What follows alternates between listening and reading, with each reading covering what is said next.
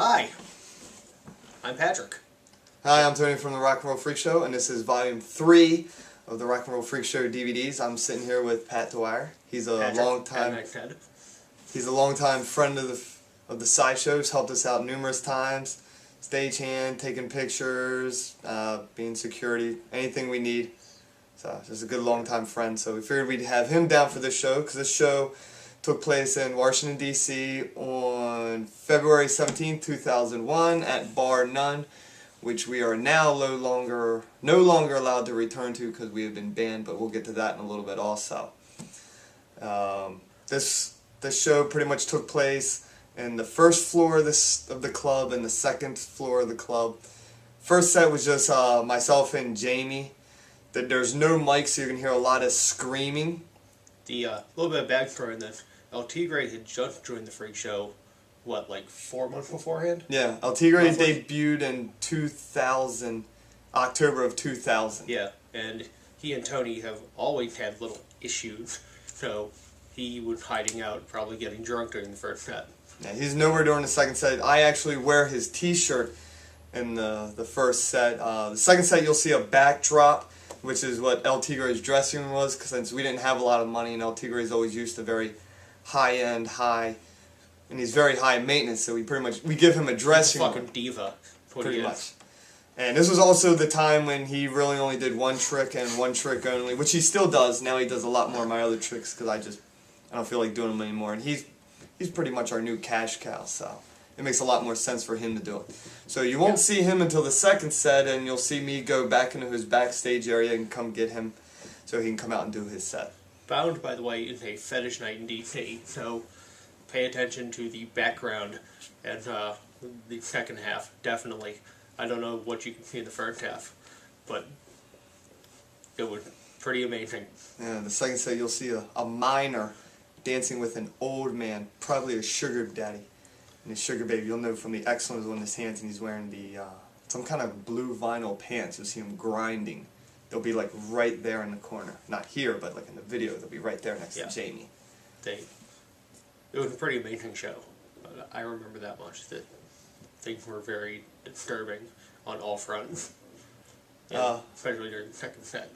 Some of the second set, some things to look out for. You can see my fashion sense back then. It being 2001. It might as well have been 91.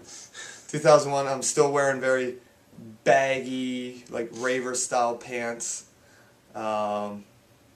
This is also around the south.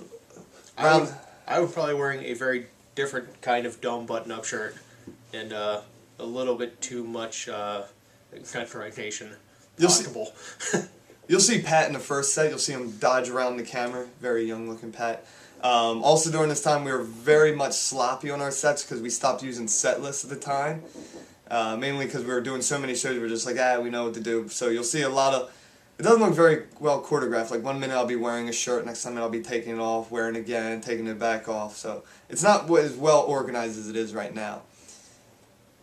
And you'll see a very... You gotta explain why you don't do the set list? Yeah, the reason why we actually dumped the set list at a time is because earlier in that year, before El Tigre joined on, we did the Baltimore Blues Festival where we opened for the Kelly Bell Band, which at the time we kind of liked, but within 2 minutes of setting up we did not like because they threw away our set list. So we had to pretty much wing the show, and then at the same time we're like, you know what? The show works pretty good winging it, so we're just not going to use set lists anymore. We now use set lists because we find it to be much more easier, and I think when you go back and watch Volume 1, you'll see that we referenced the set list in some early interview stuff. Also, you'll notice El Tigre's outfit is the very early.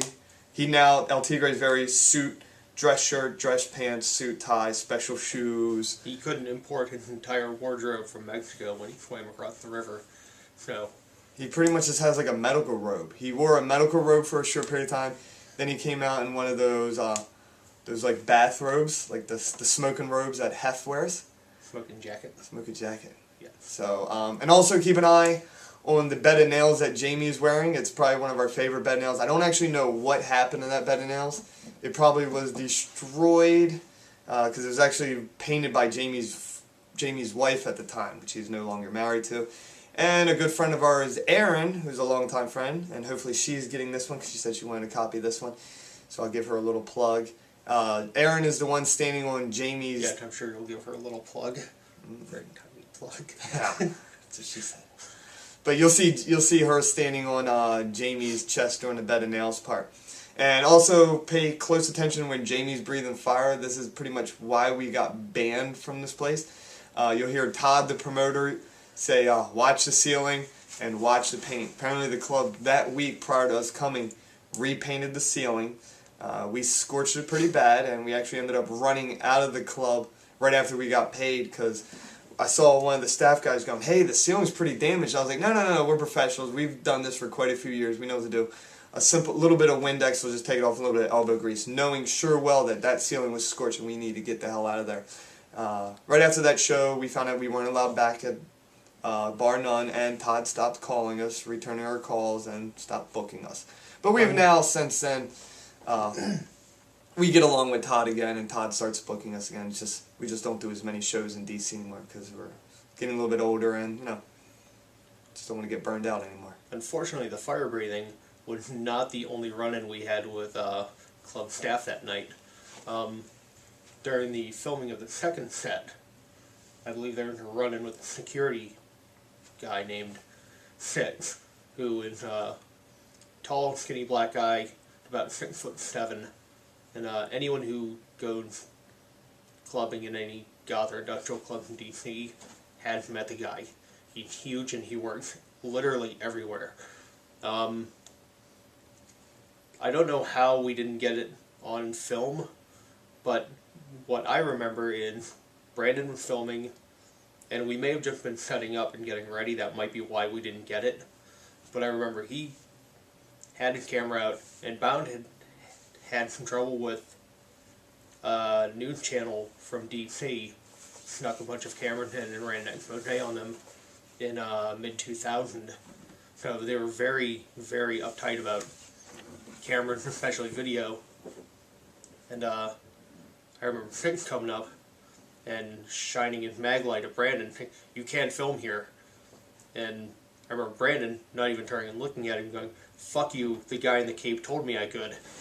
And I don't remember the rest of the argument from there on out. But I know Todd did come over before things got out of hand. Erin came in also. Wasn't Erin involved in that too? Yeah, Erin, I think, Erin knew the security guard, so she was like, they're friends of ours. Yeah. But he's definitely dirty looks all night. I don't think scorching the ceiling helped anymore. And I remember the Puerto Rican security guard came over too, who I had a run-in with about 6 months later, and wound up getting myself banned from any clubs in DC for at least a year before I had the balls to go back, because ow! Forgot to turn my finger off. But where was I? But yeah, they security was not happy with us at all, and I actually ran into about 3 or 4 weeks after the Freak Show performance at Bar None at a I think it was at the Black Cat. I was there to see a band called Velvet Antichrist, and he remembered me and said, you guys know you ruined the ceiling at Bar None, right? Oh, really? Yeah, you guys can't go back there ever again. I think that was how we found out. Or did Todd tell you individually? It was probably both things. I think Todd told us. Well, actually, no, Todd didn't tell us because Todd stopped talking to us right after that show. So I think we put 2 and 2 together, realizing what Six told you and the fact that Todd was not returning our phone calls. Yeah. Pretty much made it pretty clear that it wasn't anyone important. I'm turning the volume off, so that we don't have that happen again. It's not like we're going to rewind it and edit that out. We might. I might. No, you won't. I might. You won't. No one's going to need a 10-minute version of this, so it may be edited down to about 5. I think this is going to be fine enough. Okay. Anything, I'll probably just slap a title and the web address at the end. And then it'll just go Volume 3. Alright. So, once again, thank you for getting Volume 3. Heard a few of the behind-the-scenes stories of the adventures that we had on that night, and some of the adventures and how we've got to where we are now. And I think that's what the best thing about a lot of these things is, that we actually sit down and instead of just dumping it on a DVD, we give you a little behind-the-scenes stuff. And there will be other volumes out. I don't know actually which one volume 4 is, but I know some of the stuff I got in the works is El Tigre actually did 2 bachelorette parties. They will be coming out. I myself did a show with the Dirty Marmaduke at a comic shop. I know that's on the way out. I know I said something in volume 2 about a Philly show. The footage is so bad I think I may be just dumping that one. And I know there is a version of Freak Show Cribs where you'll be seeing my house, El Tigre's house, and Jamie's house. And once again, you'll get a little bit more into like who we are and where we live, and that we do actually have normal lives outside of what we do on stage. So, alright, well, enjoy the show, and we'll see you for Volume 4.